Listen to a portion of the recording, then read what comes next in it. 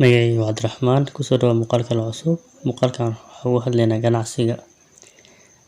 Ganacsashadu waa geedi socodka abuuridda shay ku dhisan waxtar qiimo leh, iyadoo loo adeegsanayo waqtiga iyo dadaalka loo baahan yahay, iyadoo loo marayo khatar dhaqaaleed, maskaxeed, bulsheed iyo helitaanka abaalmarinada ka dhashay lacagta iyo qanacsanaanta shakhsiyadeed.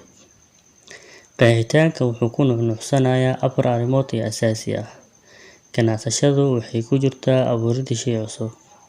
Ganacsashadu waxay u baahan tahay u go'aansashada waqtiga iyo dadaalka loo baahan yahay in lagu hirgeliyo. Ganacsiga wuxuu qaataa halista nooca dhaqaale lumis, xiisad nafsi iyo dhibaatooyinka bulshada. Ganacsiga wuxuu ku lug leeyahay madax-bannaani, qanacsanaad shakhsiyadeed iyo lacag. Haddaba waa kuma ganacsade? Ganacsadaha waa qof raba inuu naftiisa ama nafteeda u shaqeeyo.